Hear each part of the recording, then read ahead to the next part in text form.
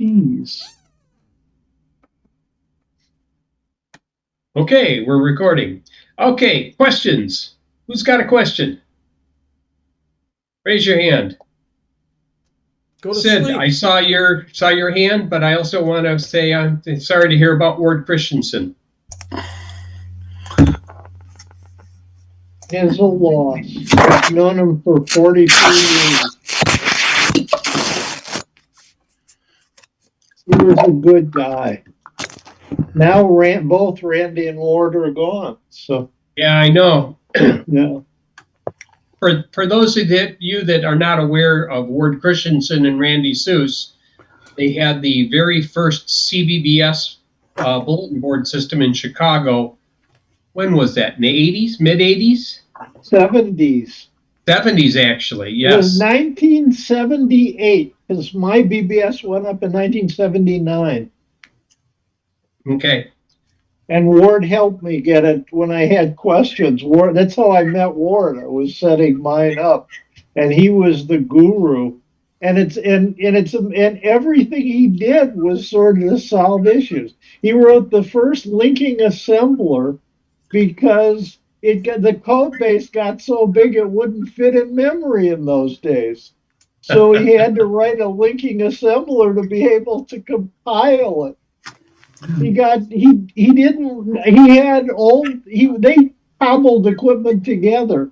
So he actually came up with something that measured the baud rate by hitting the enter key when somebody signed on.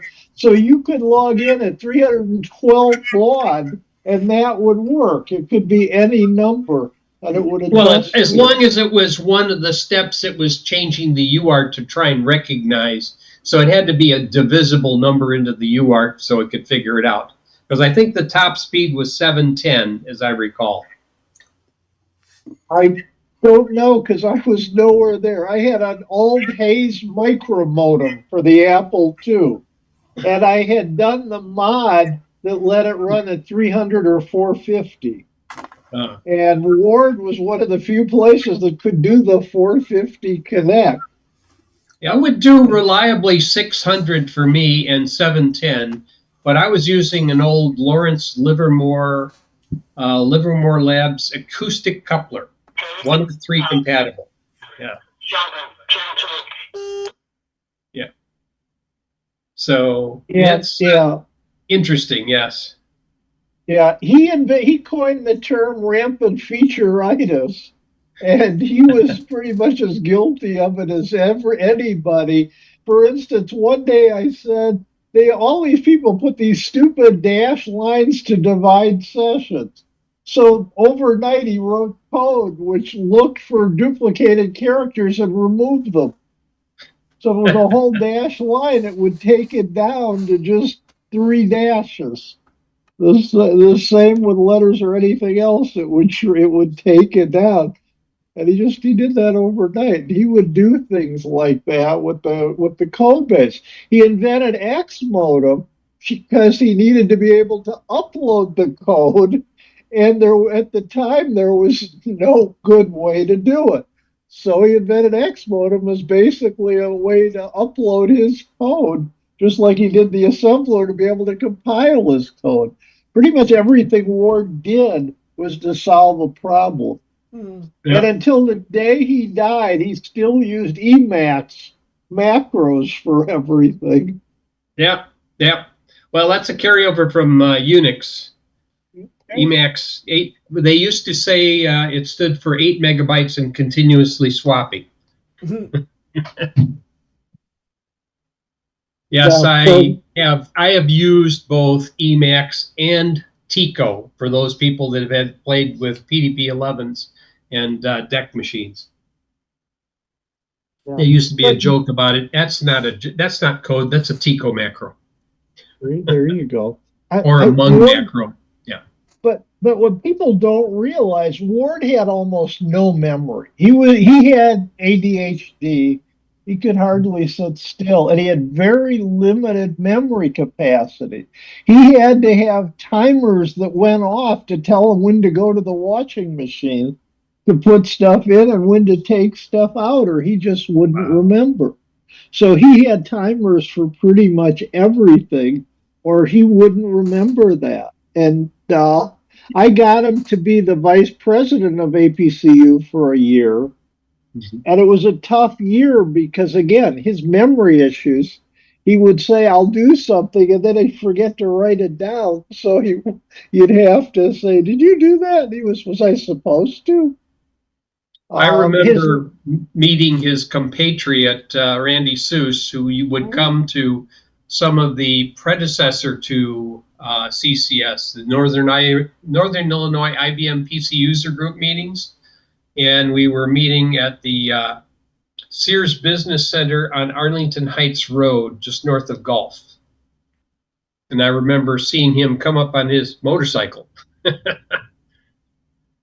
the last couple years he got into doing binkies, and he was teaching kids how to solder every Saturday pretty much. He was doing events to teach kids how to solder and how to build those devices. He was also involved with cash too, right? Yeah, way back when. But I mean, he was also the kind of guy, back to the solving things. He wanted soda, but he didn't want to spend the money because Ward was cheap. So he got into getting the CO2 and making his own soda. But anybody else would have just bought something like SodaStream and the stuff and done that. He dissected it to get the cost down and calculated the cost of every ounce that he So was he did doing. SodaStream before SodaStream existed? No. No, it had started, and Okay. he had looked at that, Okay. but he wanted to get the cost down with CO2 as low as he could. And again, that was Ward. Ward was the guy who would just do what he could, what he had to. He made his own notepads. He found shoe goo, and he used that to make the edge. So he took the paper and used shoe goo to make the tablet, so you could tear sheets off it. Yeah, Tim. Offhand, is anybody in the group into micro processing controllers? As in, like Arduino's ESP32s, STM32s, and Picos from Raspberry Pi. I can say I predate all of those. I worked on a small communication device, which basically was no more than one of those machines you just mentioned, except it was a TI processor with, I think, 4 megabytes of flash and I think 1 megabyte of RAM. So it did not run Linux. It ran its own custom operating system that basically was telling what to do. But that's pretty close to the kind of stuff that you do with those micros and like Wind River, real-time OSs and things like that used to run on those machines. I was somewhat familiar with that as well. Well, the only reason I ask is we have a guy that's in Hawaii trying to teach 7th graders microcontrollers. And I recently stumbled across something. It was interesting. I did my usual research thing, and I've got somewhere north of 1,100 tabs in I don't know how many windows right now on one machine. It's only got 16 gigabytes. But I may start trying to play with those, and I was just wondering if anybody else was into messing with them. Well, I found that the problem is the development environment is the thing that you need to make it all work. Right. If you don't have an adequate development environment, you can't really do development on the target machine well. You run into problems with that I've already because you don't have the resources. You need a disk, you need some other place to store it or whatever. So you need to cross assemble, cross host, and then download your code to test it. And I found that sometimes it's just easier to do some of this on a Raspberry Pi and then downsize it to a Pi Zero if you're going to do something dedicated. It uses more power than some of those other chipsets you mentioned, but it's much easier to do development on. actually the way this is coming out with the information I've come across, there's at least 2 or 3 different development platforms. They somewhat teach you to use. You can use C or C++, but those are true compiler languages. So you have to develop your code, compile it error free just to test it out. And you keep going back and forth until you get it working the way you want. But some guy, I think he's in England, but I'm not sure, developed a micro Python. And Yeah, you, and MicroPython is an interpreter, right, and as an interpreter, it does not need, or it's a threaded code generator, so that it doesn't need as much space. right. And But I've done stuff with Forth, write only code, yeah, and Python. I've never played with Python itself, but looking at code samples that I've seen so far, doesn't look like it would be that hard. I used to know C and C++, but not real deep. And it's been probably 20 years since the last time I did any real programming. Well, I'm a lightweight in C and C++. I only have written maybe 100,000 lines. Well, you're ahead of me, I'm positive of that, but I did have the C++ in college, and the you had little projects you had to code up, and we Yeah, also had to do some small write up of it. And I worked on a system for a company that you guys have probably heard from. It's called Beltone, and they had a system where they had. This is back when a 286 was a big computer, and 8088s were on the other computers. They were networked together with the old 3COM interfaces to be able to interface to actual coax. But the 3 machines basically were tied together, the server and then the 2 other machines. Yes, this was written in, that was about 25,000 lines of C code that would capture a daisy chained RS-232 serial connected barcode scanners. So they were all connected on a type of bus almost with serial connection. So they one plugged into another, and it would poll all of the units that were out there.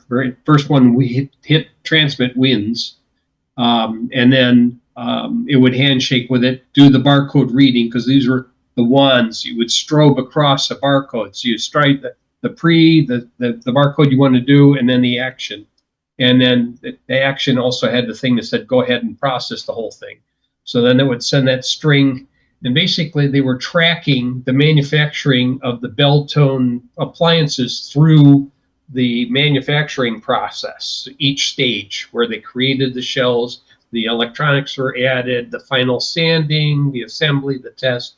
And if it had to go back or forward, it would only go in certain directions. And they could track to see where any shell was at any point in time in the manufacturing process. And this could not rely on any sort of disk databases that much. It would back up to disk, but it used a core-based balanced B-tree database. So it would self-balance. It was and you could access any item in the database in like about 50 microseconds. So yeah, well, it was quick. It could handle 25 barcode readers, strobing, doing about 10,000 operations a day, for and me, they ran one shift. Yeah. in the C++ class, the last project had a pretty decent percentage of your total grade.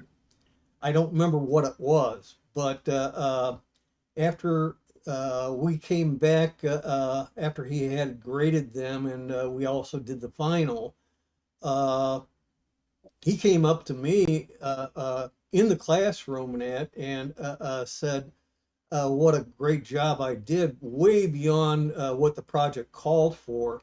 It was a simple thing of assigning seats on an airline, and I went overboard. Nobody came close to the code that I had created. Well, this is when I started for coding, they didn't have comp sci degrees yet, except at the very largest universities. So I had a teacher who did numerical analysis. And in the introductory courses, there was at least there was two different courses. One was a non-calculus, and then there was one with calculus. And the calculus people got to learn Fortran, and the non-calculus basically did with BASIC. And Father Richard came up to me and asked me, why aren't you in the calculus course? You placed out of freshman calculus. You're right in sophomore calculus as a freshman. Why aren't you taking this? I said, well, I leave earlier and I work over at the Jewel here in Elmhurst. So I couldn't stay around for the later course. So I took the earlier course. He said, you can go at your own speed. Halfway through the course, he asked me to look at some papers for me to, he said, can you grade some papers for me? I said, sure, I'll look at them. They were the midterm exams. No key, okay, just, I had to go through, and then this included both my class and the Fortran class. I really understood Fortran in a weekend. And that was Fortran 2 back then, because it ran on 1130. That's the old IBM Fortran. I did SPS 2 in my first college class on one of 3 1130s. We had an HP 2114, which was a 16 kilobyte core memory. That was its max capacity. And it had a IOMEC 2870 1.2 megaword disk, 14-inch platter, cartridge disk. Yes. Long time ago, and again, clickety clickety clickety click, clickety click click click. You could hear the thing. It sounded like a floppy drive would do afterward, but yeah, this is before they had floppy drives. I think, pretty sure this was back in '72. Yeah, I think so. '72. We got the hard drive. Well, my 72, 73. My experience was '68 with the 1130 at the college. But SPS was a predecessor to assembler language. Yeah. And out of 240 some students, only 3 passed. One with a B, Okay. One with a C, one with a D. They weren't teaching anything. And so the rest all failed the course. Well, Father Richard had a different, symbolic programming language. I remember that. 1401 days, yes. I didn't work on a 1401, but my older brother, he in banking did 1401. Yeah, but I did a lot of stuff with Hewlett Packard, and then I moved on. Right, even before I graduated, I already had a job working with a system that was in '73. They were installing a system based on HP 2100s and hard drives and 9-track tapes and such for hospital transfer registration discharge systems. So hospital-based systems, University of Virginia at Charlottesville. Yeah, they had one of the systems. Spent a lot of time, and I learned a lot of things from the gentleman who is the vice president. I'm the fresh out, and he is he was the vice president. He had come from Blue Cross Blue Shield, LRSP, Long Range Systems Planning. I don't know, anybody around here ever come across Clive Basson? No middle initial? And just I'd ask. Anyhow, he was involved with the UNIVAC Exec 8 operating system, and he was responsible for some of the queues that was used to schedule programs to run and schedule tasks and so on.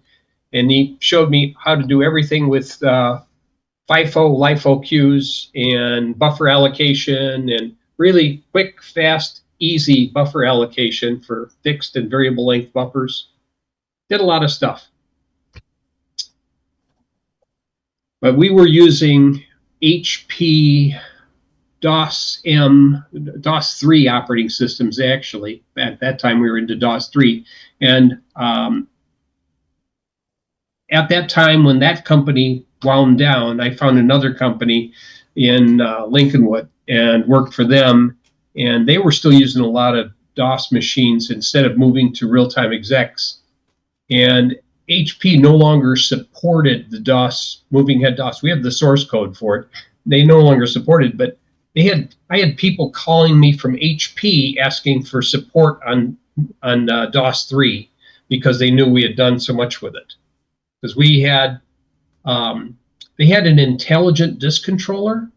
So it's sort of like the disk controller that sits in your laptop. The thing that's inside the hard drive on a SATA is actually the equivalent of the controller. But we had an intelligent controller, and it would talk to disks could be plugged, daisy chained onto it, and you could have 2 computers or up to 8 computers talking to up to 8 different disk drives at the same time with this thing. And we used 2 processors on the same pair of hard drives to be able to run front end and back end. Yes, and we would do. Had a thing called, anyone ever come across Beehive terminals? Remember any of those serial terminals? We had, there were a serial-based keyboard display that ran usually RS-232. We also had a version called the Speedy B8, and it was a parallel input device. So parallel in, that means you could type a line and hit the return, it would just squirt it. And then when you wanted to update it back, it could update it like about 100,000 characters per second on the screen. So it was like an instantaneous thing. And you had like 8 or 10 of these things plugged into this machine. Of course, these were all on TTL level cables, and I used to do modify the interfaces. I took a 16-bit single direction interface from HP and did hardware modifications to do 8-bit bidirectional. So it could do in or out on the same cable. But now you were asking about, do I know anything about IoT and stuff like that? This is a little bit below. This is where you're actually changing the gates using a 7400 gate on the card to do something else. Right. Yes, did that. I never got into electronics at that kind of level. I had a peripheral electronic experience. I could put kits together. If you gave me good instructions, I could usually assemble it just fine. But recently seeing the microcontrollers, Arduino never turned me on because they were so slow, and originally used 8-bit MPUs, single core, 16 megahertz. And and then ESP came along with a 32-bit, and both single or dual core versions. And STM32 did the same thing. Now Arduino is using both Raspberry Pi 2040 chips and ESP32s on some of their boards. Yeah, I probably still have in the basement somewheres, and I'm pretty sure I still have them, tubes of UV erasable and programmable 68701 chips, which are 6801 with a reprogrammable EEPROM on it, and also some 6800 trainer, I think there's down there, some tubes of 8051s. So yes, I have all that good stuff somewhere in the basement. But But yes, those are single chip micros. They need a little bit more. They're not system on a chip. You need a little bit more stuff around them to make them a usable system. Yeah, But the PIC processors, which are brother to the Arduino, a lot of people did PIC processors for those kind of projects because they were easier to program. I've seen some of those on the old controller board that was on my high efficiency furnace. I looked at the board and said, there's a PIC 16 and a PIC 32 here. Showing the total control of this furnace system. And you wonder if this thing ever breaks, are you ever going to get parts for it? Because all those chips that I mentioned are all totally obsolete. yeah. Although the Z80 chip has been obsolete for some number of years, somebody has come up with an additional way to still support some of the Z80 chips with a programmable array that they've programmed to emulate a Z80. A lot of code running on Z80s. Yep. Okay, I'm sorry to monopolize this, but anybody else got their hand to raise a question? Bert, you're real quiet. Yeah, go ahead, Sid. All right. I have been playing with Perplexity. I don't know if anybody else here uses Perplexity, but I find it fantastic. And it pretty much, I use it instead of Google these days. There's no reason to ever touch Google because Perplexity summarizes and gives perfect answers. And because I have Comcast Xfinity, I got a free year of Perplexity Pro. Try saying that 3 times fast. So I don't even have any ads, and I can turn and I turned on Pro version of Perplexity, which does a double level search and summarizing, and uses the latest information bases. It's cool stuff. In terms of pretty much anything you want it to look up for you. And as I said, versus Google search, where the first gazillion answers are not real answers. Sponsored. Yeah, Perplexity cuts through that. And what I like also is in their summary, they have little numbers and they actually have citations to each point they're making. So you can click on the number and it'll open in a tab the web page that they got the information from for each part. That's cute. So it has a self-documenting feature to help you see where it got its answers from. Yeah. Yeah. Have you asked it the question yet? Like, when are you going to take over from the human race? Yeah. No, it evidently they either did a deal or they're just doing it. They connect to Wolfram Alpha. So if you ask math issues, it connects to Wolfram and gives you the answer.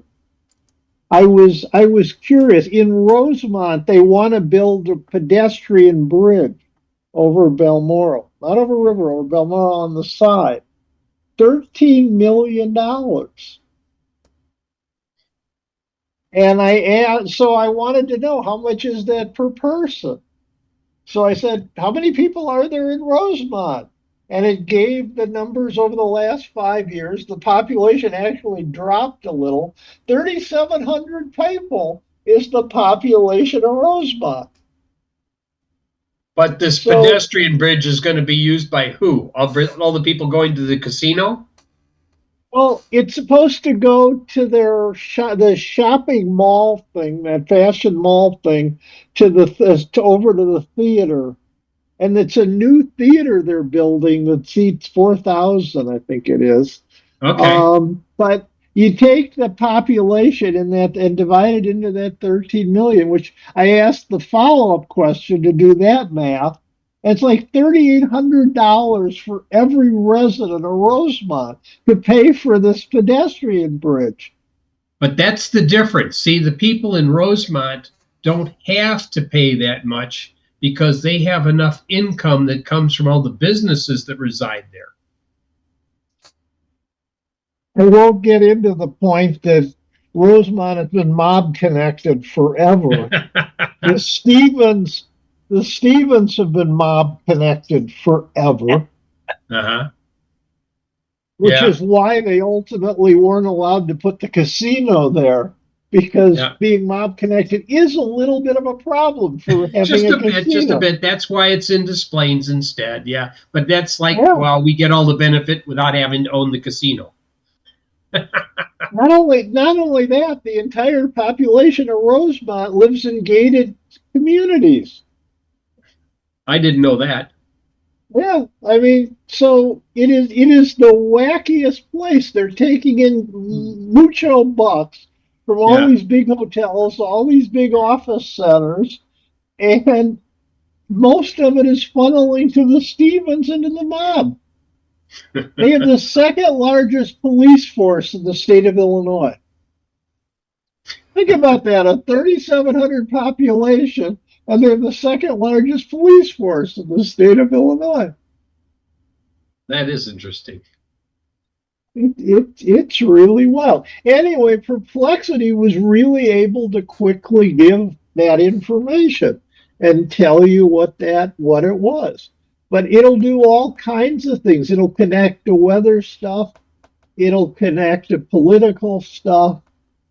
Pretty much whatever you want to ask, and it's without the I'll have ads, to which is try that key. because there are some things that just don't seem to be easily found in a web search, but they may be able to be found if you had the history of what has shown up. Like, what was the low temperature last night at my location? Can't find that unless you dive into some history website that shows you the statistics from the National Weather Service and then wade through it to try and locate the thing you want. Go ahead. Related to that, anybody here see the aurora? We've had some high sky activity, and evidently it was visible. I went over to Vulcaning Lake the main night because it's the darkest area I could think to go, and I took a couple shots with the phone, and I could see it, but the naked eye I couldn't. Yeah, I had the similar situation. Some of the pictures I took, my camera could see on still photographs, but it couldn't see with video. Because I didn't think to try and bring out one of my cameras that actually has a night mode video that may have been able to pick it up. I have a point and shoot Nikon, and I also have a Canon Power Shot, and I should have taken either one of those out with me and tried to take pictures of the same thing. But I have a feeling we're going to have more than that opportunity coming up with additional magnetic storms. Because I Also, think we're in a particularly active sunspot cycle, which is causing some of these things to happen. right. I thought I saw it's a 12-year cycle for the I max. believe 11 or 12. What was it? Well, the news media was saying if you go out, make sure you use a camera because it would catch the aurora borealis where you might not be able to see it with your own eyes. Yeah, 11-year cycle. And the other thing, so the next thought I had was, where is the dark places to go? There are Well, two main there's ones in always Illinois. Wisconsin. Well, there's one outside of Carbondale, which is the first dark park in the United States, certified Well, park, where you can always go up to the IIS. Or just go to New Hampshire if you're around here. well, There's the other one is, it turns out there's a dark park in Cook County. There is our current sunspot cycle. And 2024 to 2025, we're getting there toward the peak. Yeah, and strangely enough, right now the tropical oceans seem to be cooling. Yeah. Yeah. Well, that'll happen with sunspots because the sunspots disrupt the solar radiation because they're actually cooler than the regular sun surface. Yeah, but actually, I don't think that is what affects the weather. The amount of incoming, the total solar output, if it fluctuates, would be what drives into the weather because of the energy input. And of course, then there'll be half a dozen people that say, see, the climate change is not real, as the hurricane wipes them out. Yeah, I sometimes we get Drew King coming in some of the groups that I see, and he's in Florida. How did he survive? Yes. It was a Cat 3, and other parts, nearby neighborhoods were underwater, but he wasn't. Well, that was good. And Not for long, anyway. His sister wasn't either, but in the area he's in, the electricity is totally out. So he's over at his sister's where the electricity never went out. They have 5 districts, and 4 were out of electricity. 3 of those were flooded.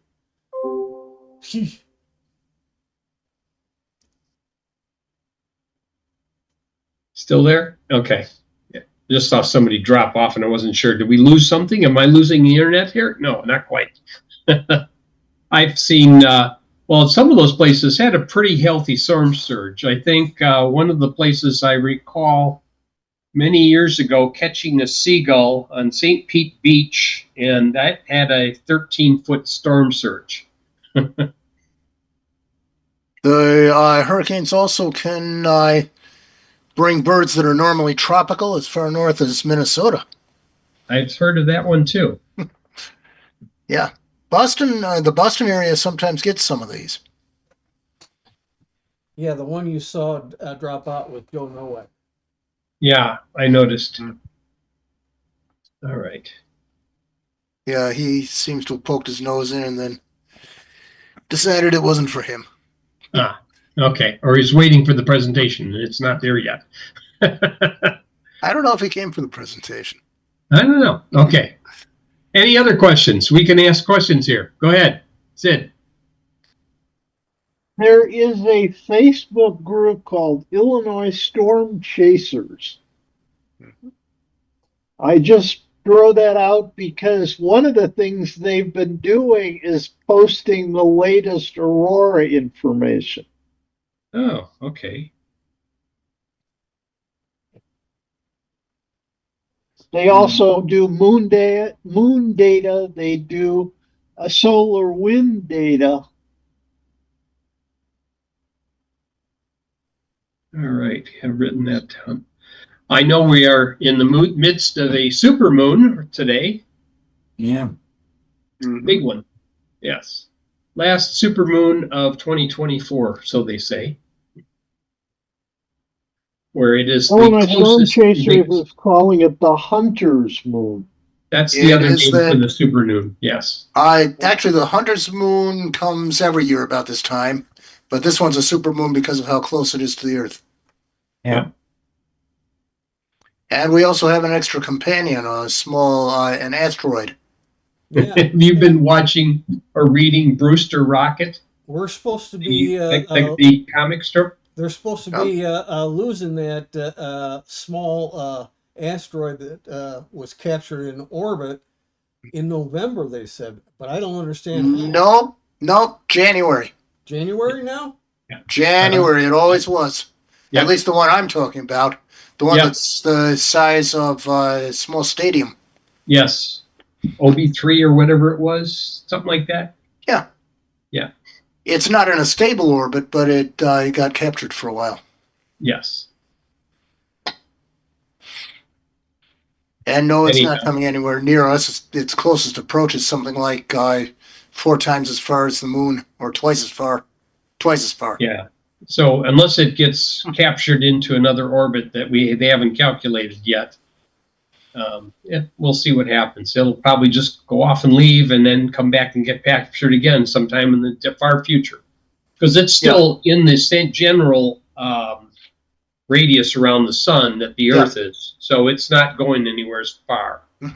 Yeah, these objects are in our vicinity. And, you're more likely to catch a glimpse of that than you are to be able to download Windows 11 24H2 these days. You do need a fairly sizable telescope to be able to resolve that guy right now. Yeah. Yeah.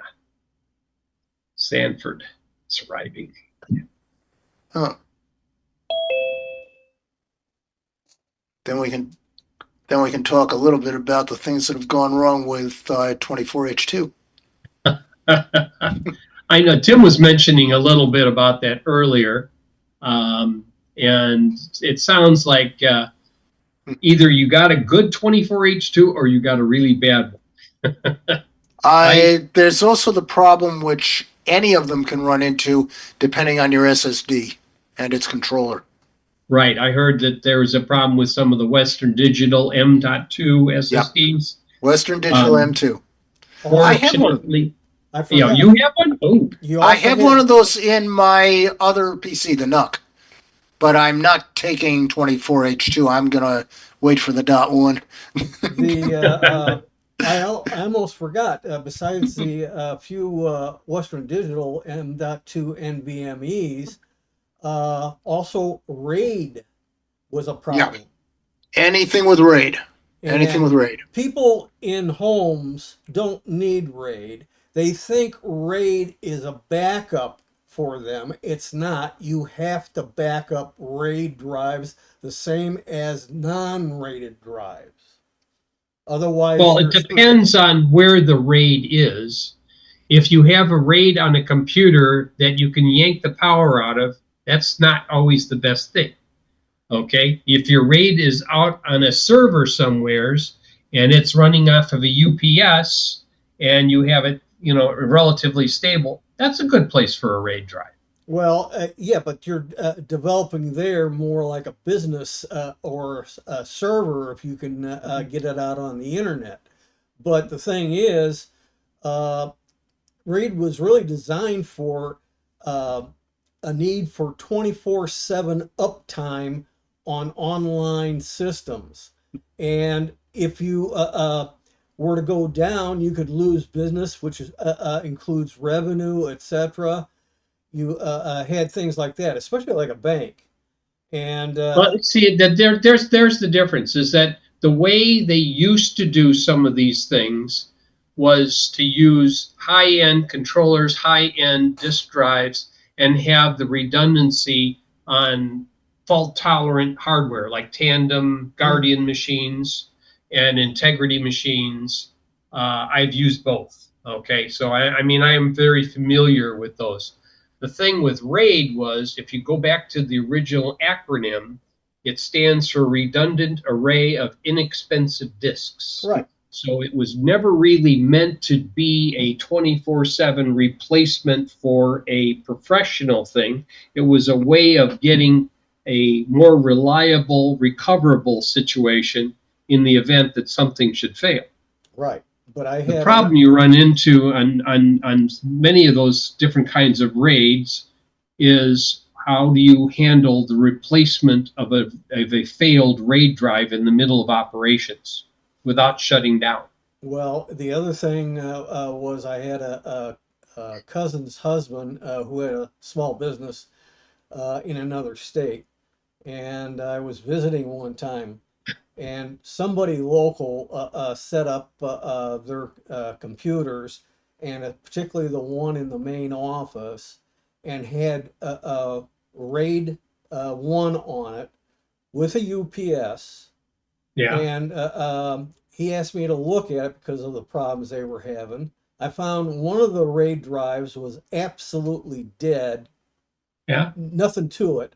And the other one was so corrupted, I had a nightmare of a time. It took me several days just to try and recover some of the information that was out there.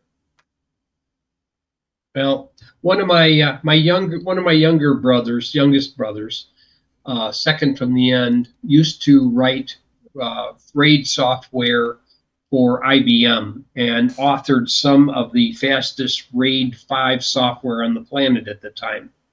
So he is very well versed in some of those things.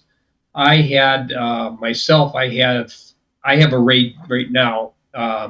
on my one of my QNAP machines, but that doesn't have the same level that I was accustomed to using in cellular telephone machines, where you had hot pluggable hard drives. Okay. And it's kind of interesting. You think, oh, it's protected by patent or something like that.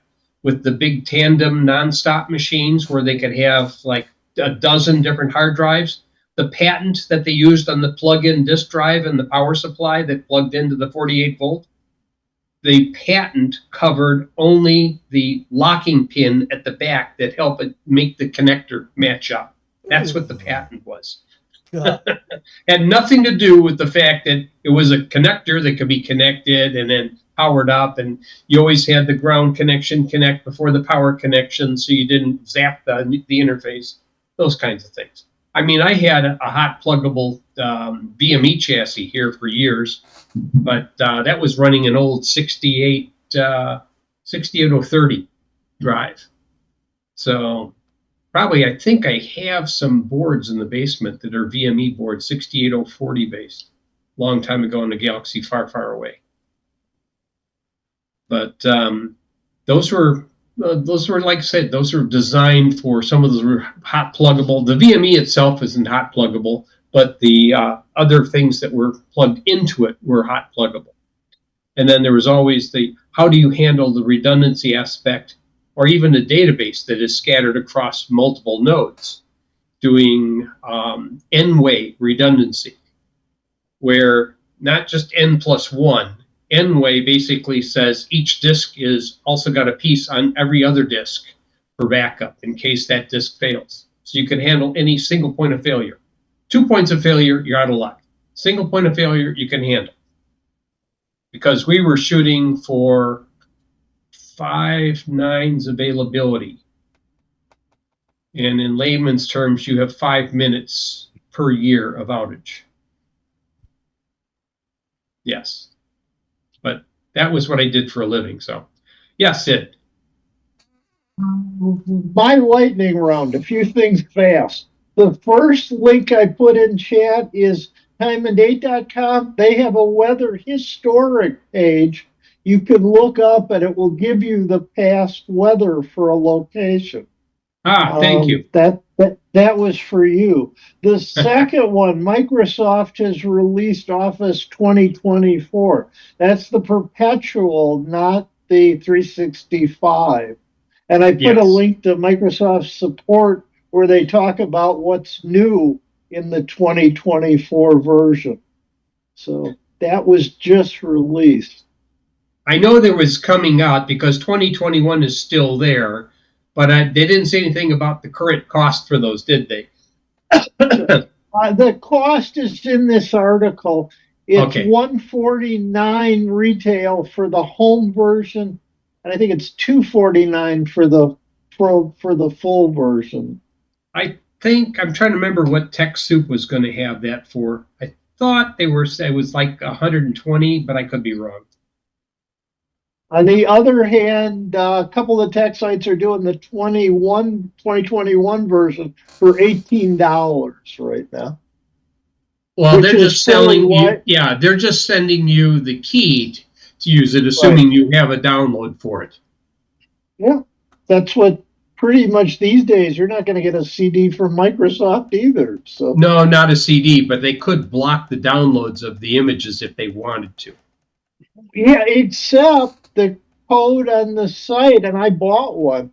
You download it from Microsoft and activate it with Microsoft. So the valid Microsoft code downloaded from Microsoft.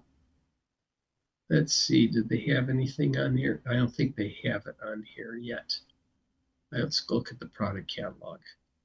I'm just checking real quick to see whether or not it showed up in TechSoup, because they have the Office 365, but I'm not sure if they had the desktop of 2021. I was just checking to see whether or not they had the current price of that, because I know the nonprofit program changed. Yes, Office 365. Let's see, that's all clouds. Office applications. Office Standard, $40 for Office Standard. Okay, but I'm not sure which one that is.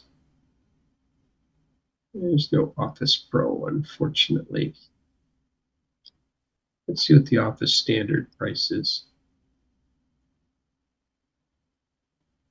Oh, that's for computer labs only. Sorry. It's out of stock. That's why, because they're discontinuing it. So, all right. I just thought maybe it might be there, but I saw somewhere. I think, yeah. Easy. You don't want it easy. Number 3, there's Home Depot has an Oscar Mayer hot dog and bun toaster on sale for $20. It has slots for the hot dogs and the buns, and does the whole thing. And it's yellow. It looks like mustard color on top of that. Does it use the conventional prongs that go into the hot dog to heat it up? You can't really tell from the picture. My guess is no. The hot dog drops, I think, just into the slots, and the bun you half open and it goes in on both sides. It's a modified toaster, is what it is. Pretty much, yeah. Okay. Well, because that's the way used to make the electric hot dogs. You took a fork into both ends of the hot dog, hooked up to a line cord, gave it about 30 seconds worth, and if you kept it in the bun, it heated the bun up at the same time. But you couldn't touch both forks at the same time. Not unless you insulated the handles. Minor details. And if it started to carbonize, you left it on too long. Hey, who wants life too easy? It comes with mini tongs to lift the dogs out. And they're probably plastic. It looks like metal to me, but I can't tell. And the hot dog, and it's a removable hot dog cage for cleaning. Okay. And did you raise your hand, Dennis? Temperatures. Dennis, did you raise your hand? Okay, I just thought maybe you would, whatever. I thought maybe there's yeah. Bert, go ahead. I just wanted to point out that if you buy the 2024 version of Office, there are no updates ever. Maybe security, but no improvements. Whereas if you have the Microsoft 365 system, you get all the updates along the way. So just keep that in mind. That's really a change, I think, from before. And they also were going to kill 2016 and 19. Right. So 21 would still be active, and 24 will be active, and Microsoft 365 is active. So. Well, I think 2019 is still got a death date. They extended it out to 25. So I think it was January 25. I'm not sure. It was something like that, but it has been extended already once. Whether they decide to extend it again, I don't know. Well, now that they put out 24, they, can kill the old one eventually. Yeah, now they got to get everyone to move to the new one and pay for new software and that kind of stuff. But the biggest problem I've had with some of that is I would update occasionally, but Microsoft, in its infinite wisdom, has decided to make certain things like Outlook be incompatible with Outlook.com for their older products. I was having inordinate amount of times where my Outlook would want to reprompt for the password on the account. For whatever reason, it just continued to do so. I also had an earlier versions of Outlook where you used it to read something like Yahoo Mail. You had to have a special application password in order to be able to read those instead of the main login and password. Yeah, but that's because Yahoo insists on it. Yeah, well, I've seen that in more than one place. Like AT&T. Google insists on it. Yeah. and Google wants to insist on it or is in the process of insisting it. And they also insist on two-factor authentication and all that, which everybody ought to be doing anyway. Pretty soon they'll probably want you to do passkeys.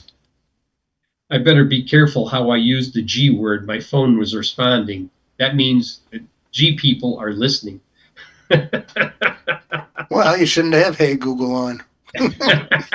My phone's in the other room. It's exiled during meetings. Alexa, yeah? No, it's exiled during meetings. Okay. My phone, not Alexa. Yeah, I know. No, I was just making fun of I know you've got one of those too. Uh, I'm surprised when you just said Alexa, it didn't wake up. there's ones like that because my Fire tablet will sometimes respond even though it doesn't have a network connection because I haven't. It's only Wi-Fi, and I'm in a place where the Wi-Fi doesn't have an Xfinity Wi-Fi lot wandering around, and it can recognize the name. However, it doesn't always work the same way with the G assistant because if it doesn't have a connection, it sometimes does not respond at all. So, little programming difference between those two. Mm-hmm. One thing I did notice that Xfinity might have done without my express permission, we're using an Xfinity supplied cable modem, but I've sort of turned off most of its Wi-Fi functionality because I turned it to be just straight through because we have a router on the other side of the Xfinity box, which then drives everything in our facility. But recently, I saw both an Xfinity Wi-Fi broadcast relatively strongly and an Xfinity mobile relatively strongly from that. I think it's from that same modem because I was seeing signal strengths of as low as 40 dBm, and that's real strong. Like you're right on top of it. And when I looked at the bandwidth, it was using most of the 5 gigahertz band at the high end. It was just like a whole, I could see how many channels. It was using like 8 channels worth.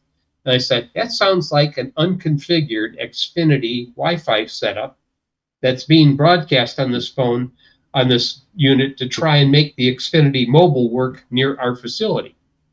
I mean, we have our own 12 separate access points that don't rebroadcast any Xfinity stuff on it within our facility, but this thing is in our office, and I just happen to, now I'm going to have to go look further. Unfortunately, the tool that I used to use most frequently, which was a app that was written by Farproc. It's called Wi-Fi Analyzer. Yep. It sort of works on Android 14, but it's not really complete. It's warning that said this was written for a much earlier version of Android.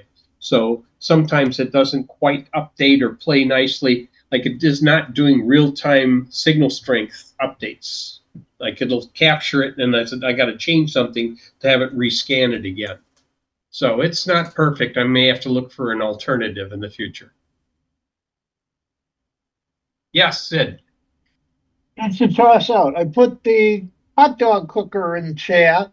It turns I out see it. Amazon has it and they match the price. It has 17,000 reviews and it's got 4 stars, Oh, which is pretty impressive. A bunch of very positive reviews on it. Now, if only I liked to eat hot dogs. Well, as it says, it also will do chicken dogs and any dog-like thing. Yeah, I don't do sausages, partly because I'm sodium sensitive. oh yes, that's something else. Not too many So people. basically, you don't like to be assaulted. Right. Ah. My blood pressure will go up if I get sodium. That doesn't stop me from doing it sometimes, but I do it in other ways. Much less drastic than hot dogs and lunch meats. Well, Twinkies are kind of hot dog shaped. Yeah, but they don't have the levels of nitrites and sodium. That's what seems to do my blood pressure, the damage. Well, like the double one, you deep fry the Twinkies for Oh yeah, really making it unhealthy. actually, when they're deep fried, they're probably less unhealthy than when they're raw. No, they're probably worse. Anytime you start deep frying these artificial things, especially the fats and oils, you're making carcinogens. And on Yeah. that happy note, maybe we should move on to some other tech topics. Yeah, I was trying to remember the name of the company that was advertising this thing. Um, I was somebody I'm on the Festool mailing list for some reason, and they were showing a Festool backpack that you could wear to assist holding your arms up, like if you were holding drywall against the ceiling. So it basically connects to your forearms, and it basically gives you another 30 or 40 pounds of lift on your arms and such. And I was trying to get an idea. Oh, that looks kind of nice. Wonder how much that thing costs. Oh, about 22,000. Mhm. You better have a good reason on why you got to have one of these. Yeah, with 22,000, I could have myself a Bobcat. I would probably have a lot of fun with that. And I'm not talking the one that has the claws and teeth. Why not? I'm talking That's the a ones better one. that are the yellow colored, and you drive it across your neighbor's lawn. Well, just use some spray paint on the other one, and you won't notice the difference. Well, you didn't see that article, did you, Tim? That they had somebody had a caracal Yeah. in I was Hoffman about to mention Estates. that. I was about Yeah, to mention that. that's not too far away from me. Yeah, Yeah. I was in Hoffman Estates this afternoon. Yeah, picking up a couple of 20-foot ladders. And you didn't see the caracal. Did not see it had already been captured, and it has been relocated to a wildlife sanctuary in Wisconsin somewhere. Hmm. Yes, interesting cat though. Yes, why somebody would have it, that's beyond me. Well, they it sounds like they might have gotten it as like a kitten, and it was estimated at 8 to 9 months old, a year at most. So it's a very young cat, but it's wild. You ain't gonna change that characteristic. The amount that it eats and the possible danger with its claws and teeth. Good Yeah. luck. Yeah, it's a predator, and it's just the thing you want to let loose when the neighbor's small dogs get too close. Well, some people crossbreed dogs and wolves. Well, it's not like they are not that different, like from other wild animals that are. And we've had bobcats in our area, so yeah. Okay, who had their hand first? Bert? No. No, I was just No, we're waving back. waving in Terry there. Okay, all right. Wasn't sure if people were raising their hands or not. No, that was the Moy household we were saying hello to. Okay. All right, so I let's will do throw this. one last question out, though. Sure. Probably not terribly related. As you know, next month I'm going to Ukraine for 10 days. I'm trying to figure out a seat cushion that'll be good for riding a lot of hours in a van. I mean, I've seen the stadium seat kind of things, but those aren't really all that excited padding. But I'm also weight limited, so I'm trying to stay somewhat light on it. Would, Yeah, would you say an inflatable one work best for you?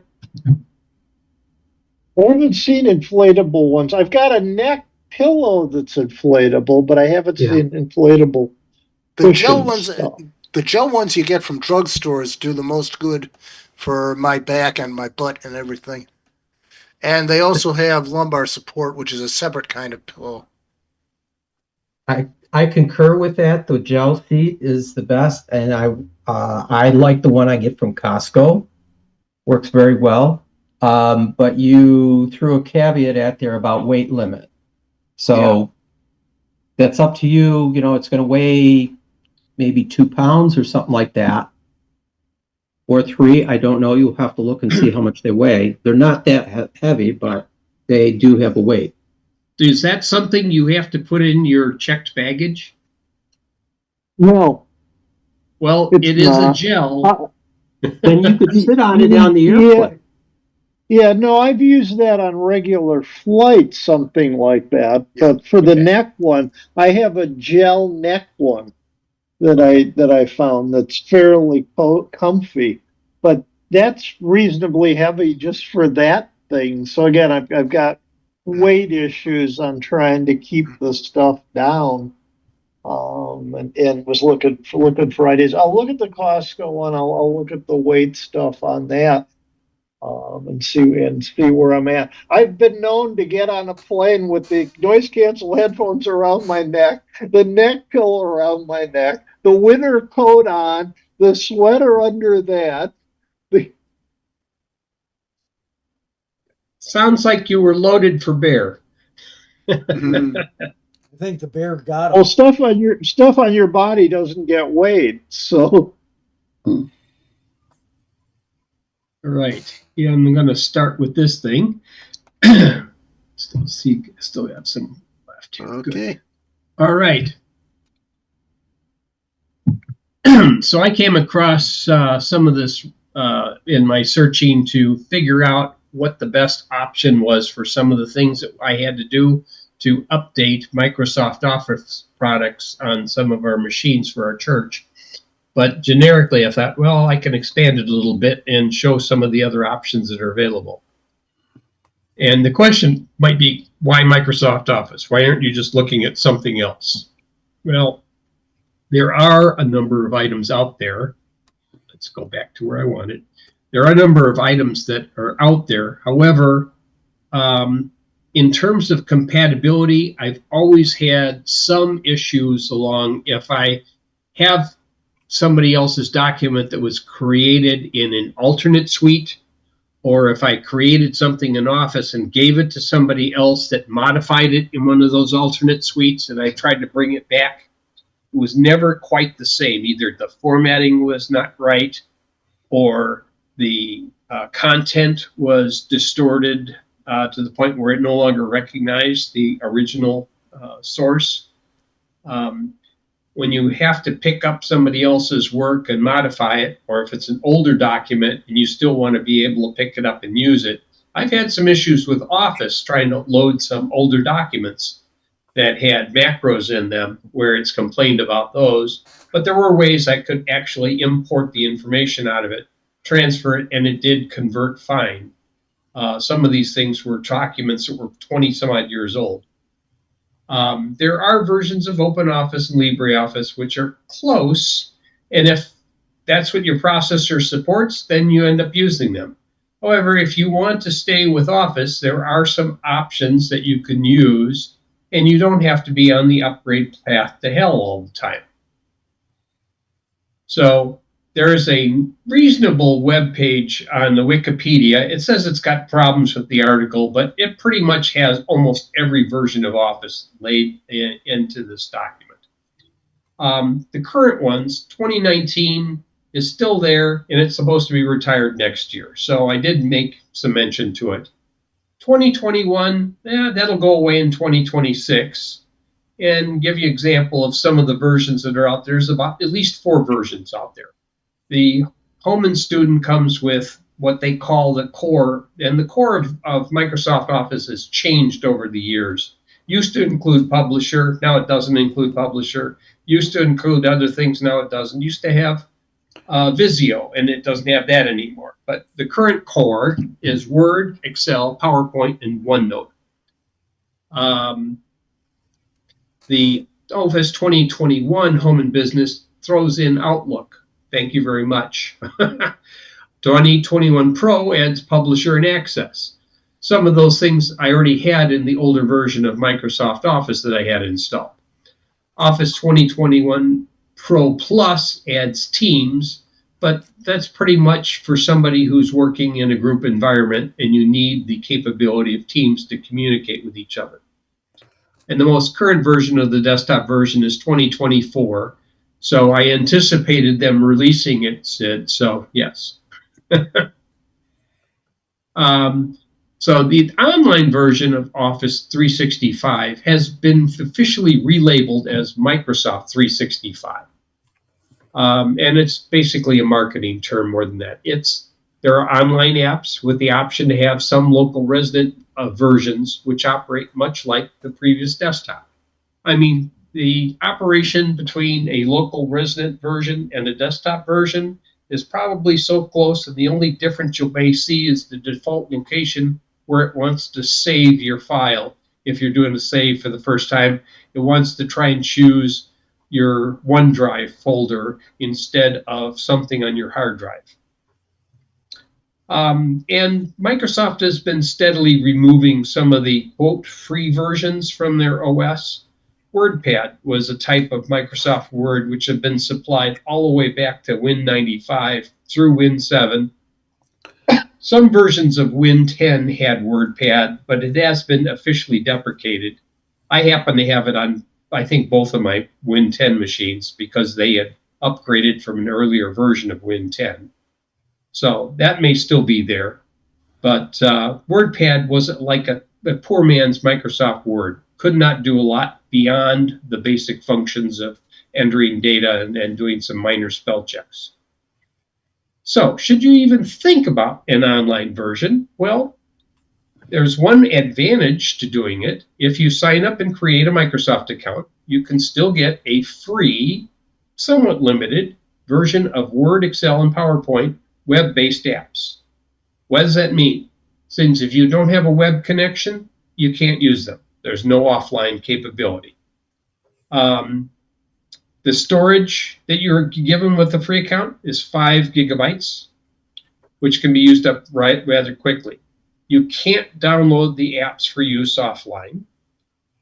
You might be missing some extended spelling and grammar checking, and there's no offline use, obviously. You also don't have the full collection of fonts and templates that might be available. And you don't have tech support. You can get a web-based Outlook. I think, though, that might be the one that has ads supported. So you have Outlook, but you have to have ads, and sometimes an ad block will block some of those type of ads with Outlook. Not all the time. You still get pseudo emails that are at the top of your inbox, which are sponsored. There are restrictions on the daily email recipients, 5,000, and recipients per message, 500. Not something that I have ever run into with any version of Outlook. There's also restrictions on the size of an attachment. I guess that some Outlooks can send attachments in excess of 30 to 100 megabytes in size by sending it as a link through your OneDrive. But yeah, that's a gimmick anyway. Same thing that Gmail wants to do if you send a very large file. What about paid accounts? Well, the personal version of Microsoft 365 at $69.95 per year or $6.99 per month, which if you do the calculation is about 12 cents shy of $84, allows you to use it on 5 devices at once. So you could install it on 5 different devices and be all using it at the same time. I would think that Microsoft might be upset at you doing that, but that's what the license says. You get the core Word, Excel, PowerPoint, plus OneNote and Outlook, the OneDrive, of course. Microsoft Defender is something else that they throw in, and you'll see that showing up in your title bar in the bottom. Like, where did this come from? Oh, that's part of my Microsoft 365. Your storage goes up to 1 terabyte, which is significantly above the 5 gigabytes they give you, or the 13 to 15 gigabytes that Outlook is supposed to give you. The Outlook version with this paid option is also ad-free. Another thing to consider is the family version. So for $100, you get basically per year, you have up to 5 users. Each one can be using a terabyte.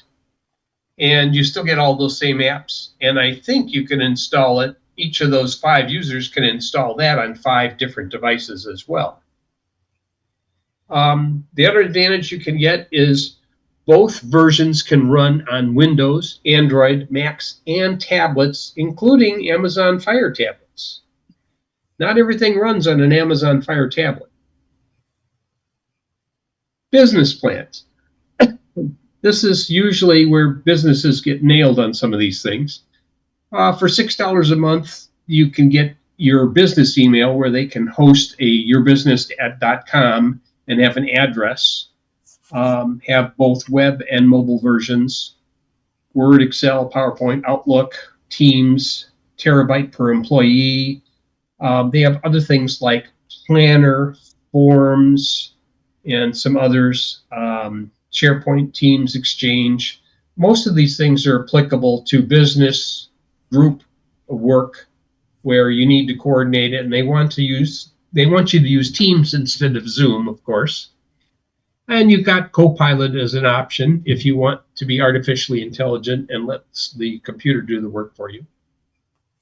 As an alternative, for $8.25 per month, you can have local downloaded apps, but without the Teams, SharePoint, and Exchange. And that's got the slick name of Microsoft 365 Apps for Business. Let's make it even more confusing. And the business standard. Okay, this one where it goes up to $12.50 an employee. You have everything in Business Basic Plus. You can download the apps for local use. You have video editing with Champ app. Say that fast 3 times. And there's more advanced protection, cyber attack protection, device management, which starts to come into this. This is where the admin can control how many places this is installed and how many simultaneous users you have. I haven't used them because I've never had to deal with that many employees, and I've never been in the IT support group the same way as some of these other people may need to be. But usually when you do have something that's a price per employee, you probably have a dynamic pricing structure depending on how many employees you currently have and whether their accounts are live or dead or whatever. Sometimes the employee leaves, you still want to keep their data around for a while until it can be backed up, and then you can recover the license.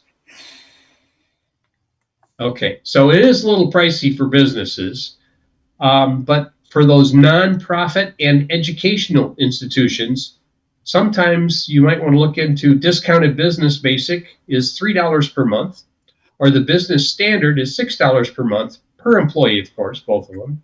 However, some of the deals are the first 10 employees on the Business Standard are $1 per month, but you need a minimum of 5 licenses when you're starting, like with these nonprofit businesses. So for basically $5 per month or about $60 a year, you could have Business Standard in a nonprofit. And that's available at TechSoup.org. But that's basically what I had. Is anybody got any questions? And I will go ahead and find a way to put this into the chat. All right. I find the right thing here. File, my computer. All right, options, there you go. Any typos you find, you're welcome to them. All right, did that go out, or is I'm just thinking about it? Not yet. I'll click the send again. Not here yet. Make sure it's to everyone. Yeah, it says to everyone. Oh, it says type measure here. It's in the new thing now. Message. Good. Now send. I had to put it. There's something new that Zoom has added. You must have a title on the thing you want to send. Type message here. You just can't send the attachment. You learn something new about Zoom every day. So you have to be entitled? I had to type something in the message box before it would send the file. It just, the clicker didn't click and nothing was happening. That's why I was asking if anyone had not seen it. I typed in message and then it sent the file. And we did not see that text. Oh, the word message? Right. No. Oh. We did not see it. Ah. Feature. It eats the messages, and I don't want to click this thing, who can see your messages, because then it'll probably send me to an AI chat bot. I'll never get out of it. Yeah, the title that you might want to use is just simply meeting document. Yeah, I know. It's probably, but if nobody saw it, then that's kind of weird also. But Well, yeah, I'll check another again, but I feature don't. of Zoom. Yeah, I'll have to look No. up and said, what is it with chat when you just want to send a file? You can't send a file anymore? Okay. You can send a link, but a link is like a text message. So this is different. Yeah, maybe it has to have it to make it sense. I haven't tried to send a file since they got up to 623 or whatever. Yeah, I thought I sent it last month, but I don't think that's the 6.2. I think I had just done an update after that. Well, there you go. Yep. Something different. Always something new with these Look, guys. let me ask a question Sure. about Bob's posting. WordPad could also handle RTF files.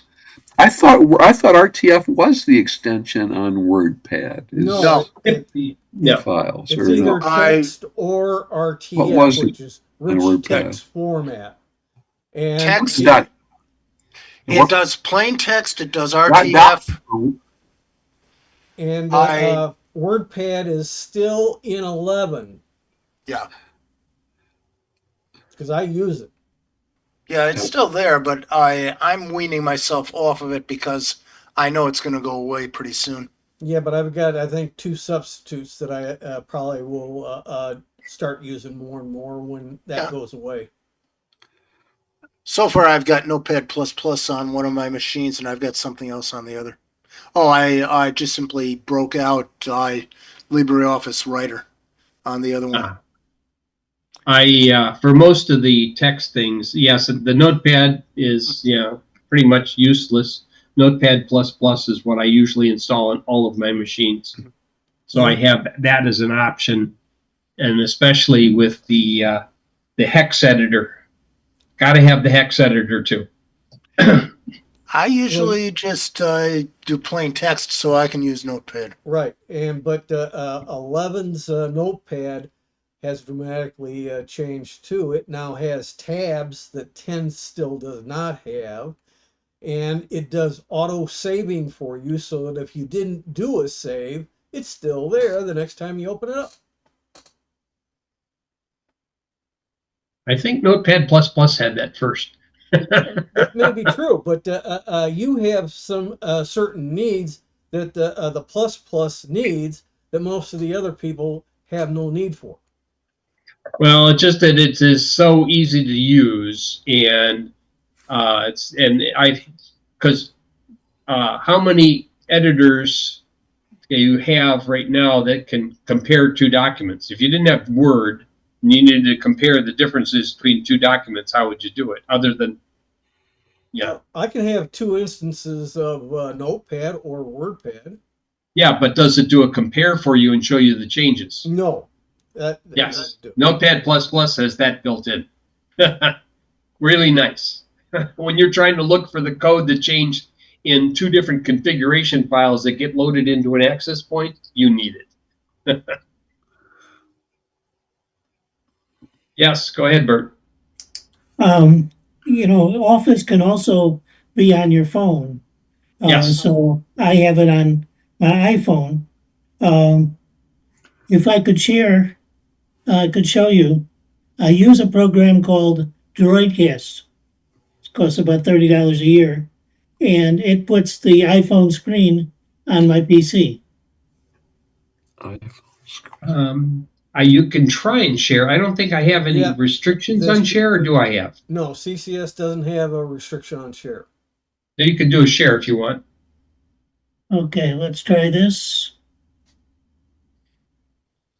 Can you see that? Yep. Yeah.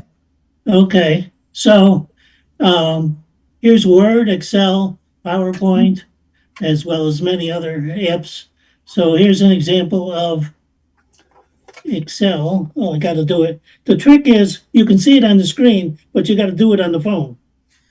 Yes.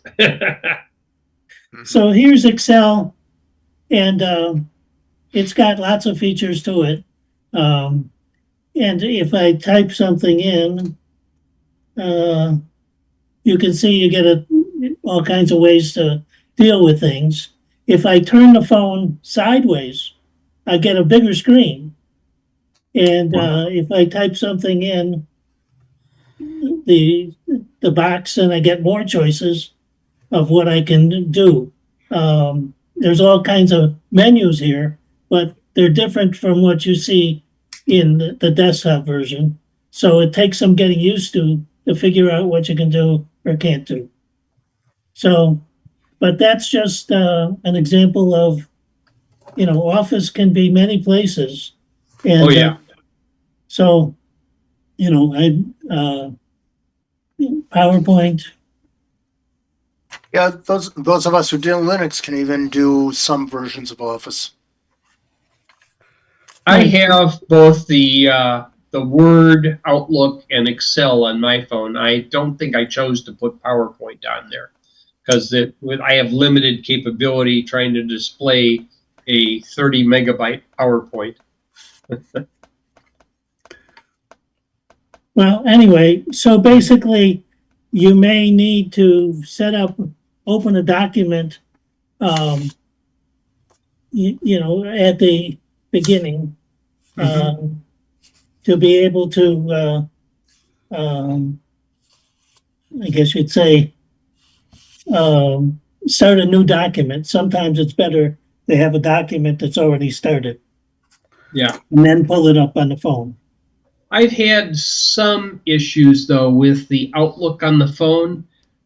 This goes back to when Outlook first came out on phones, because the default view wanted to be conversation view. And my default view is never conversation view. I almost always turn conversation view off of all of my email readers because sometimes the order in which I receive the messages is important to understanding who is communicating to me and why. And when it's buried in the conversation, it sometimes gets lost in the trees. So what I've done is I've turned off conversation view, but when I used to search with Outlook for messages, sometimes it returns only the first message that meets that criteria as if it was in conversational view, and you don't see the other emails that also match that same content. So in that case, it's a bug in the way they did the search algorithm. And I pointed this out to them in the past, but I still think it may have, if you try and search for an email and you can't find it, and you know it's there somewheres, that's probably what has happened if you are not using conversation view.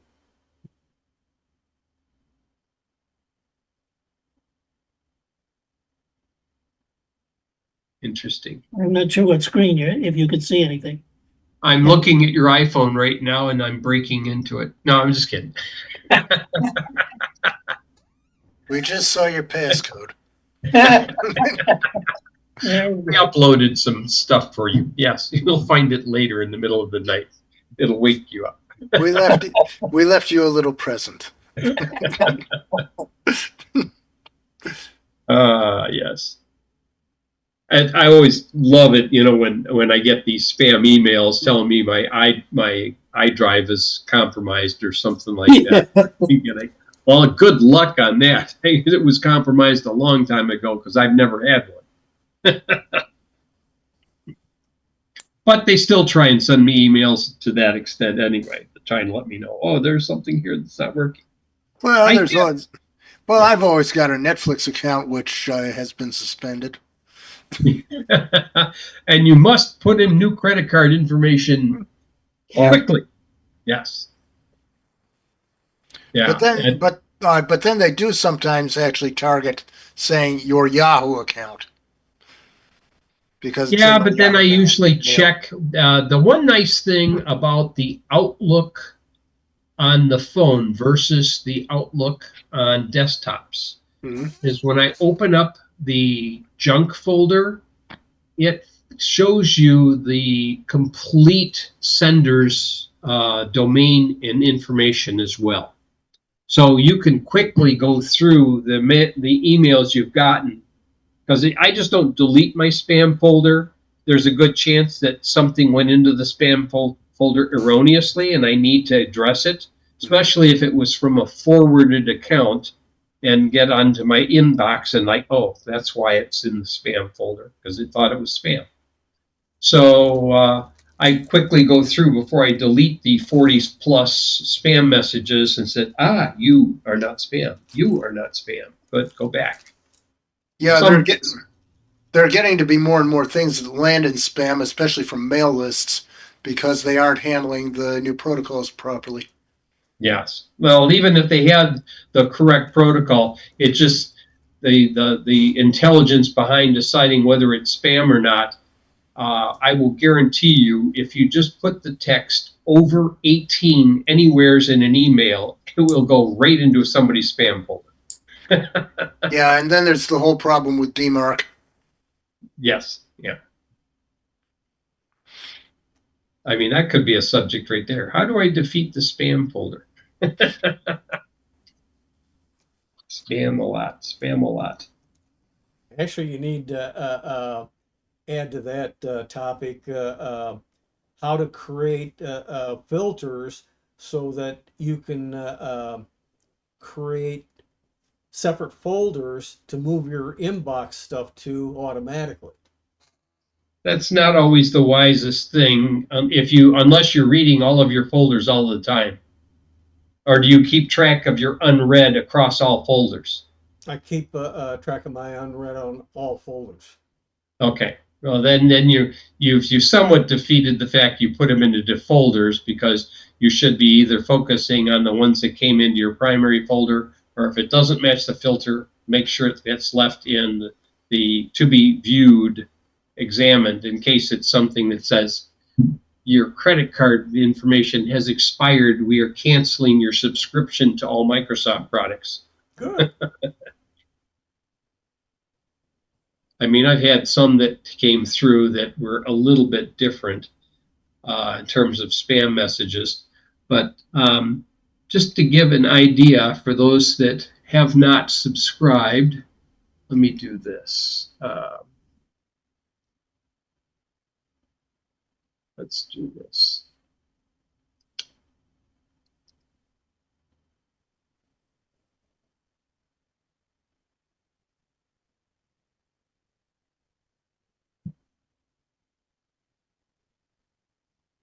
All right.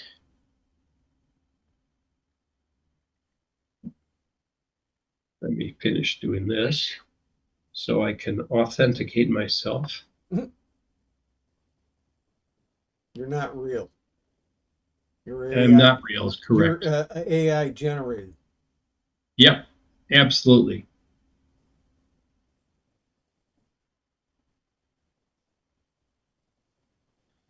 All right, good. Okay, now I got to go to share. All right, share. Okay, good.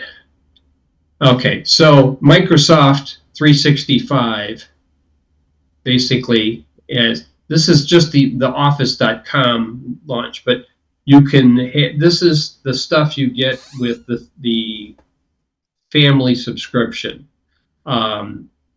They have fancy names for, I think, form and quiz are doing survey type of things, and list isn't much different. There are other items here: designer, chip clamp, chip champ, Clip champ. Yes, I could not say that. There's just something wrong with it. Yes. That allows you to go ahead and pull up videos and massage them in ways that you probably weren't expecting to. It allows you, I've seen some of this in earlier versions of some of the editing that first came out on Windows 10. But it looks like they've improved it a lot, and because you have the subscription now, all the features are unlocked. So I mean, that's just one of the items that's here. Let's go back. All right, I got to exit on you, I think. But yeah, that's what I want to do. Can't see my title bar because the Zoom bar is on top of it. Sway is another one that they've coined up to try and convince you of doing things. But for the most part, when you open the like a Word document, you're able to, it defaults to the OneDrive Live. If you see up there on the title bar, you can say, all right, I know where I'm getting this from. I'm doing this through the web interface. But I could just as easily have used my Word app that I've installed as well. But I can go to another machine and just start accessing my Microsoft 365 on a machine that doesn't have any Office at all installed, and then use all of my functions on it. And when I'm done, it's all erased. Basically, there's nothing left. And if I save it on my OneDrive, then I can put it up there and make it go anywhere. If I decide to save it on the local hard drive, I do, but then the app is still not there when I leave. So it's convenience for when you need it. And if you don't need it in some machine, you don't have to leave a copy behind.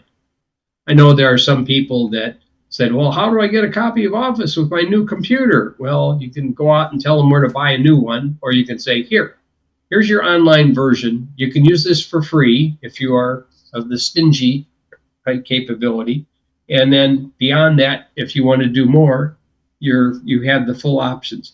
In your settings, you can control a bunch of things as well on there.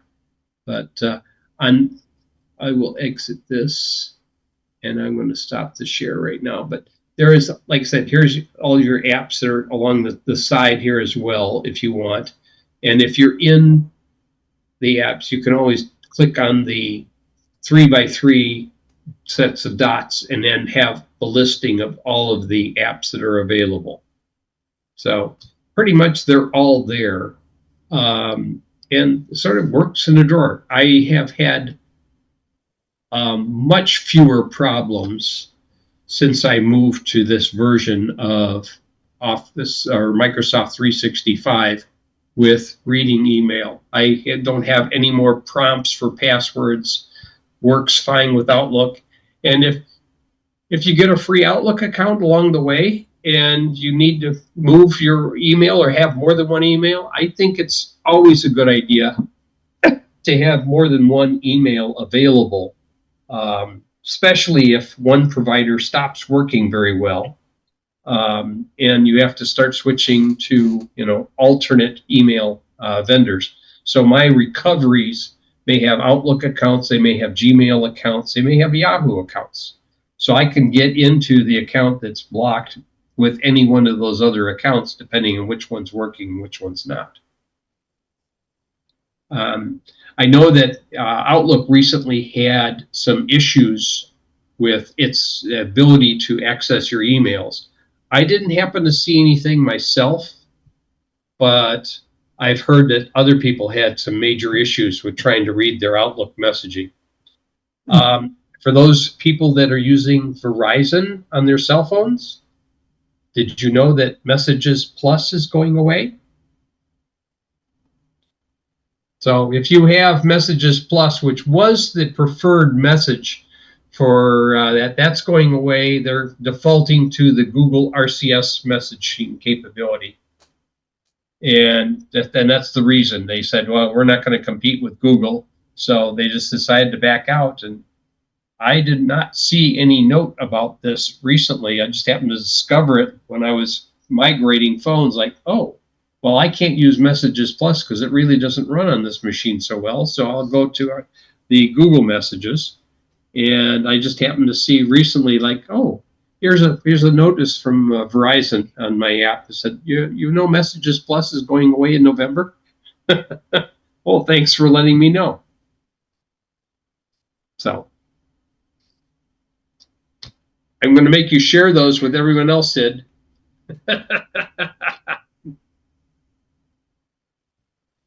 They're little mini packs of mix. Uh-huh. I know. 110 calories a bag. Uh-huh. Well, I had to go give some blood to my local GP so they could tell me what I'm not doing right again today. So I'm waiting for. Have you ever played this game with the doctors where they make you come in at their preferred time, put some blood in tubes, and then they hold the results hostage until you can see them again?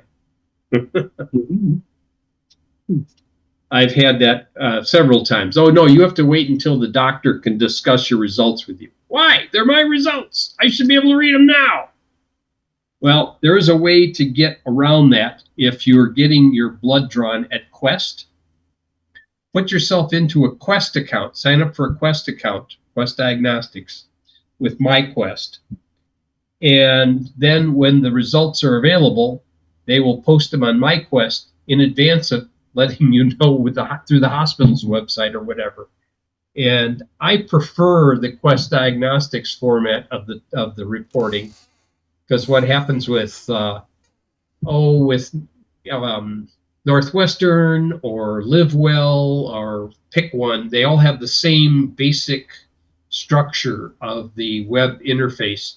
They break out each individual test that's been done into a separate sub page, and you got to get the information. You got to click on each one, and they don't allow you a nice print capability of that information. It's like, oh, we're going to keep it on our web here. You can see it, but you can't print it out nicely. And if you get the thing from Quest Diagnostics, it's a nice PDF form, and it's got all the information, boom, boom, boom, print it out a page and a half, and you're done. My chart works pretty good for me. Yeah. For my chart? Yeah, I've My got chart- 5 different doctor's offices all linked together. Now, the LiveWell is their preferred way for doing it with some of the Good Shepherd, Good Samaritan, the Advocate ones. Well, one of my 5 my chart accounts is with U of C, since I had to have surgery there and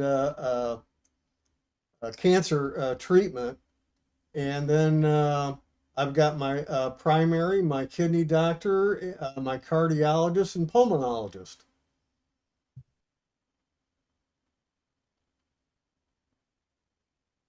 So I know what's going on. I get email messages from each of them periodically, and that you just log in and you can read all the details. Yeah, I'll have to see whether or not how it works with LiveWell, because then it should support Northwestern. My wife uses the Northwestern Medicine downtown. Yes. But some of the things, when you're looking at the tests, are there individual tests that they broke down, or they give you all the tests together when you look at your test results? It's all together. All together. Yeah. I had one that used to come that way, and now it breaks it down and does it individual ones. Yes, Terry. How's your wife doing, by the way?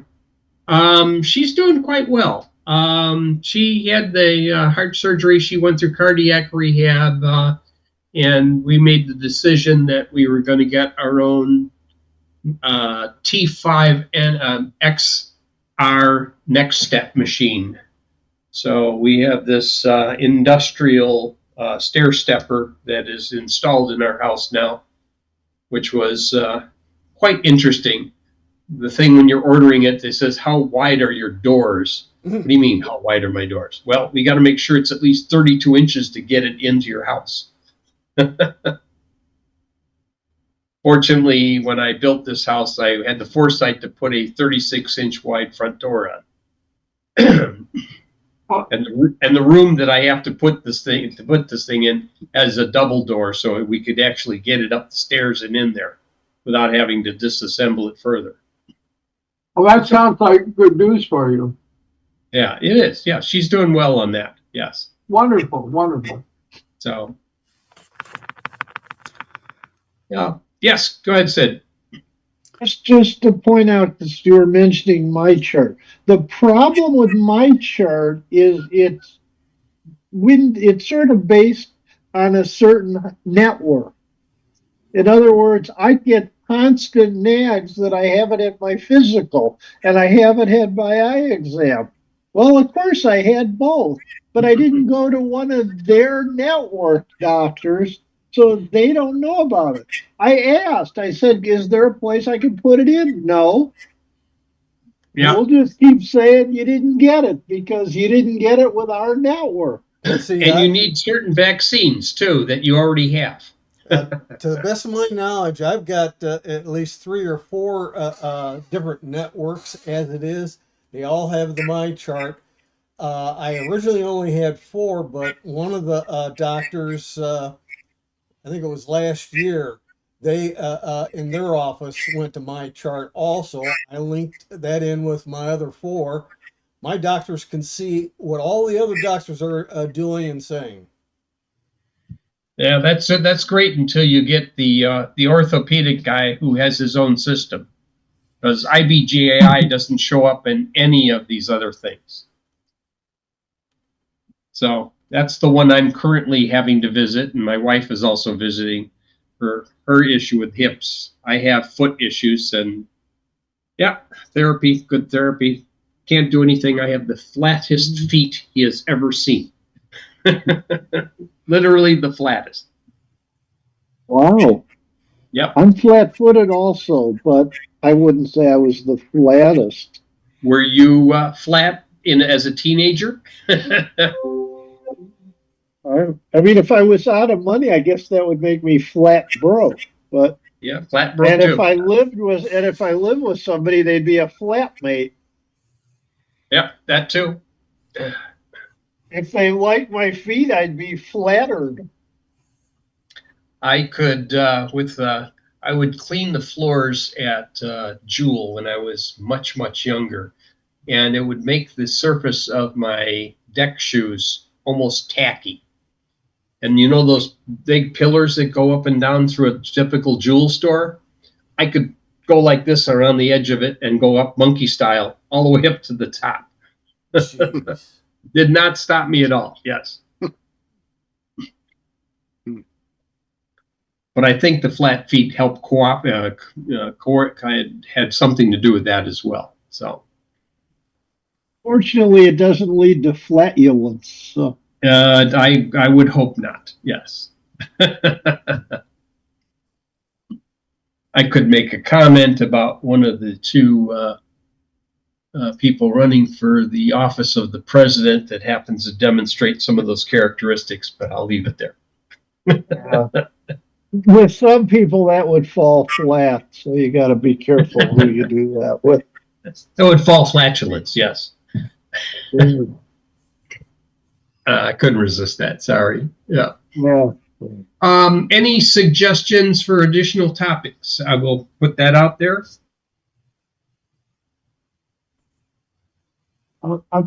I'll think about that for a second, but I will also mention, you guys probably know this, APCUG is now putting out Wednesday videos on topics. Oh. So if you go on YouTube to the APCUG area, each Wednesday they're doing a Wednesday topic thing. All right. Topic. All right. They're about an hour to an hour and a half long. Okay. All right. Because usually the way I normally do some of this stuff with this, I have a November meeting, but I usually don't try and do a meeting in December. It's usually too close to Christmas. So everyone is, it's at least one month off about that time. Unless Tim wants to run it, and then I'll leave it up to him. Yeah, I don't do enough now. I have the same problem. There's only one of me, and I need like 3 or 4 clones. Yeah, Is that all? APCU has I done need that more than for that. years. Pardon? EPC has done that for years. Our tradition was we combine November, December, and do it the second Saturday in December, where Yeah. we're usually the last Saturday of the month. Yeah. That seems to work out too, you know. But I don't usually change my day. And sometimes, you know, third Thursday is usually pretty good at not falling onto most major holidays or such. So, except it is close to Thanksgiving, but that's the fourth, so I'm usually safe there. But coming into Christmas, there's usually too many things that are happening. But yeah, again, we'll go ahead from there and I'll see what I can come up for next time. If there's something, like I said, if somebody's got something that they've stumbled upon that might be interested to the whole group, you guys got me email, can always send me an email and I will take that into consideration when I'm trying to figure out what's going to be next month's topic. All right. Any other questions? Okay, if we don't, then I'm going to say, Tim, I guess you can wind it down. Well, I can show a new toy, but I mean, Well, if you want to show a new toy, go ahead and show a new toy. Yes. I wanted headphones for the trip. Now, first off, this case is huge. I mean, their idea of this new case is just insane. It no longer folds. The previous generation would fold in, so they could make the case smaller. So the fives don't do that. It'll only sit like that. Okay. So they'll rotate flat, but they won't. You can't fold it any tighter than that. On the other hand, they have probably the best noise cancellation of anything there is. They're fairly comfortable. I've never been a fan of stuff in the ears. And right now I'm using actually Google Buds in my ears, but I've never been a fan of stuff. And that's mainly because I got these to pair with my iPad. I got these to pair with my Pixel phone. I haven't been able to get it to pair with Windows. Yeah. And you don't find those to be too hot? No, I don't. They're sort of a leatherette on them. And they have some cool features like transparency chat. So if it's turned on and you start talking, it'll automatically turn off noise cancel. Oh, okay. They have 8 microphones built in for being able to do voice stuff. 2 on each ear are beamforming microphones. So for trying to be accurate in the voice stuff. So you can handle a voice call while you have those things on. Yes. And it has physical buttons and it has sensors. So you could, if you put your hand over the cup, it will turn off noise cancel also. If just putting your hand over the cup. So you can do that as well. I miss my older Bose runs on 1 AAA battery, which is nice and easy, and it has a slot in the case to keep a spare battery. These are rechargeable, but it's about 30 hours on a charge, and they say in 3 minutes of charge will give you 3 hours. If you need to add a little extra to it. They're $400, $399, which is a bit pricey for them, but that's the same price as the high-end Bose. I was looking at something that was, it popped up somewhere, either on Amazon or it was in one of my emails. It was a noise canceling headphone with Bluetooth and solar. So it had a band at the top which had the solar cell, and it could be charged completely while you are outside, like your lawn mowing. Showed the guy mowing the lawn with this thing on, listening to his tunes and being distracted, running over 3 kids or whatever. Yeah. but it was an Comes idea in- of yeah, because it's a I almost go ahead. reasonable idea. Would you use them outside on a tractor? Or are you afraid of having them be damaged? Well, I'd have to have a tractor first Yeah, to I be know. able to But do that. when you're mowing the lawn, would you wear them while you're mowing the lawn? Well, given I use a service to do that, I'd have to fire the service first. Okay, all right. And then get.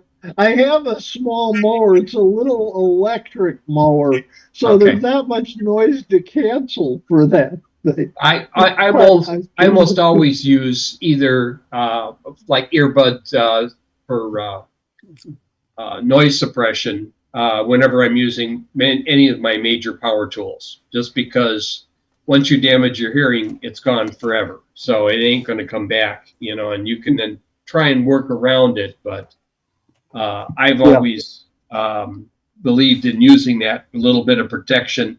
Seems, especially with lawn tractors and leaf blowers and things like that, which are very noisy things to begin with.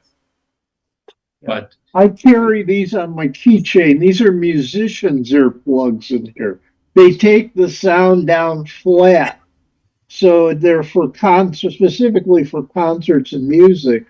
They don't muffle, in other words. They'll take it down 18 decibels overall. yeah, And I carry those. Especially these days, you need it when you're in an IMAX theater because boy, are they cranking the volume in IMAX theaters now. Because people talk, so they make it loud enough to drown people talking out. I mean, I have another set that were meant specifically for woodworking. That once it comes to a dangerous level, it automatically mutes the sound down. And so when the sound stops, you can hear the phone ringing or whatever else. You make a conversation with somebody. There's also a little trap door on here that's magnetic. Yeah. And that has the wired cable. Okay. So if you're on a plane or something without the Bluetooth, it's got a wired cable and a charging USB-C cable. Yeah. Okay. Is this something you got on Prime Special Day or no? No, it's something I got on eBay as a manufacturer refurb for $200. You didn't think I paid $400, did you? No. I know better than that. Yeah, I did not. I mean, the total being refurb, the total way it's not perfectly new is there's one little spot there on the case. Okay. Other than that, there isn't a mark or a speck on anything. I did not buy anything on this latest Prime Day. You and I. But I do have one thing that I had to buy immediately before Prime Day. The batteries on my Blink doorbell finally gave up a little over a year after I had installed it. Turns out that the Blink doorbell does not power from the bell circuit. Always uses the batteries. Now, I did see, well, how can I get by without having to put batteries in something that I don't know when the batteries are going to fail? Because there was no warning of this. All of a sudden, your doorbell is offline. I'm thinking, is there something wrong with the adapter or whatever, the thing that plugs in on to the that makes the connection to wireless? I can't think of the name of it. It'll come to me as soon as I look at the app. The control. I got a kick up while you're looking it up. I have a Blink doorbell, and it lost connection, and I got a message on my phone saying my house was missing. Okay. Yeah. That's usually when an update goes sideways. I just thought that was so weird. My house is missing. Well, the sync module. That's what I'm thinking, because I thought maybe the sync module, if the sync module goes away, you lose the battery cameras, plus you also lose the doorbell. You will not lose the mini cams that are plugged into a USB supply because they communicate via Wi-Fi back to the Blink server.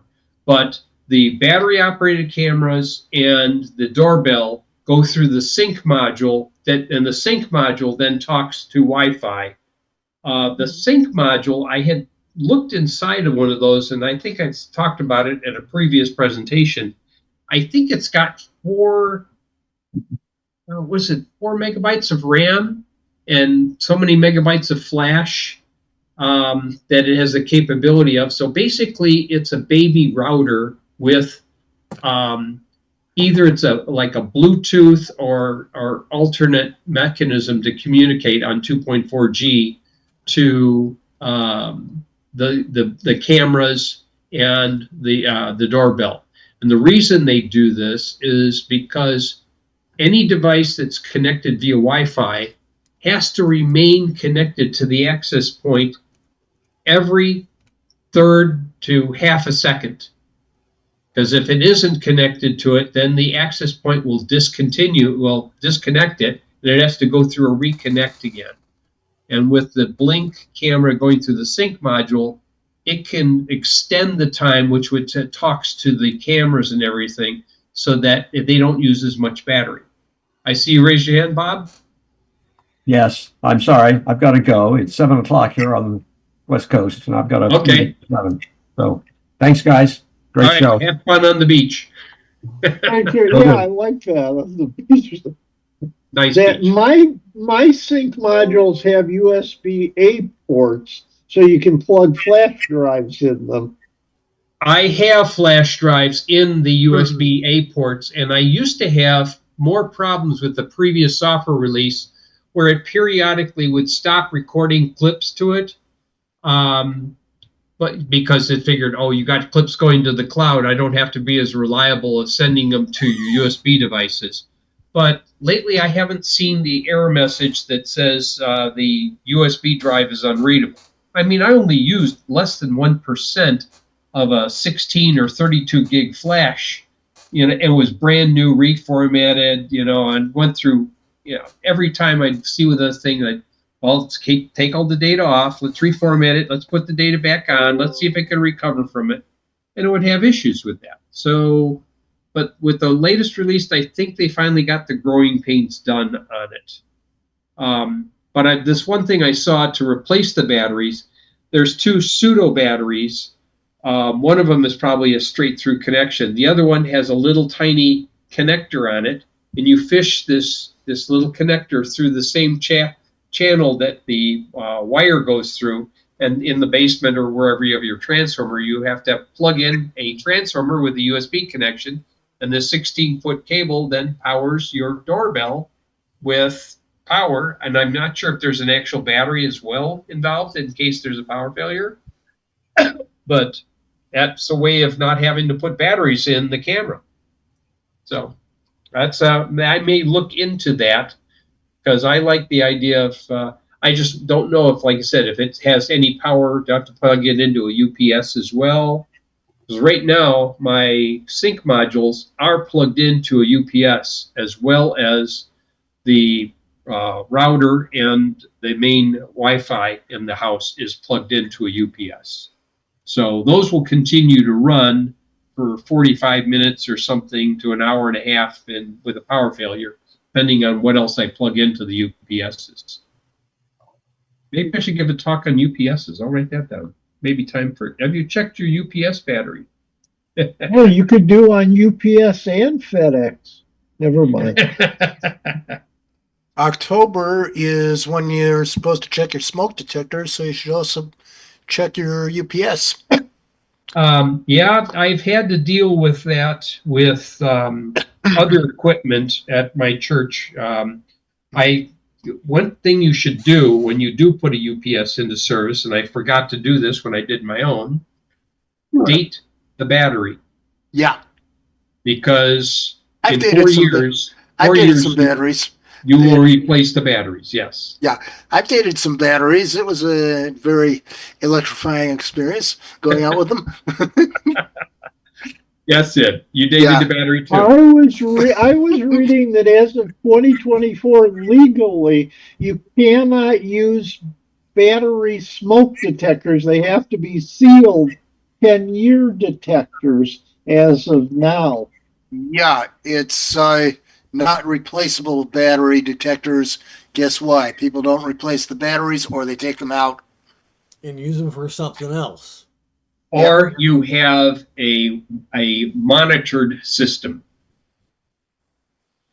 If you have a monitored system, then you are probably okay to have all the batteries you want because it's continuously monitoring the state of your smoke detector or CO detector. Yeah, my detectors keep on reminding me in the middle of the night that they're trying to do something by way of self-monitoring and I that have to something was replace off. I have to replace the CR123 12-volt little mini battery about once every 2 years. And Yeah. the one unit that I have, and the other smoke detectors are wired to 115 volts, so they're good. Trouble is, if I let the place get too dusty, my smoke detectors will also say there's a fire. You have to take them apart and clean them every once in a while. Yes, Yeah. I'm pretty good about that, but we have smoke detectors at our church. There happens to be approximately 129 of them, Mm-hmm. and they do get checked every year. Once a year, they got to be checked. Great fun. Yes, Sid. All right, it's the Illinois Smoke Detector Act. Public Act 100-0200 requires all Illinois homes to have smoke detectors with sealed 10-year batteries, and it was by January 1st, 2023. This law applies to single family and multi-family homes I think that are Massachusetts. not, but that are not hardwired. So, Yeah. I Yeah, hardwired ones are different. I think it's similar in Massachusetts.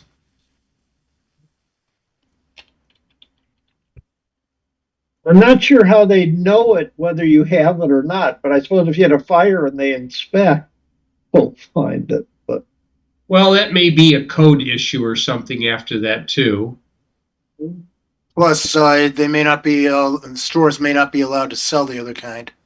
Homes with wireless integrated alarms that use low power radio frequency communication, Wi-Fi, or other local area access networking capabilities.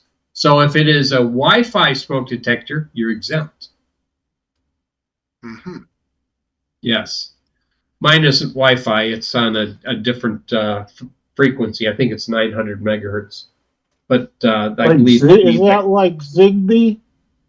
yeah. Well, there is Zigbee can be used down there, but not always. Zigbee can also be used at 2.4 and at 900 low RAN. Um, either of those frequencies depends, though. They're slightly different interfaces because the speed difference between the two bands. One is different. The lower band is much greater range. The higher band is used for higher data rates. Your smart meter is Zigbee in many cases. But the Zigbee channel that they chose to use, which I can't reconfigure, happens to be smack dab in the middle of channel 6. So it interferes with one of your most popular Wi-Fi channels. So, okay, well, it's 9:06. I think we're going to wrap it up. I'll let Tim go ahead and finish it.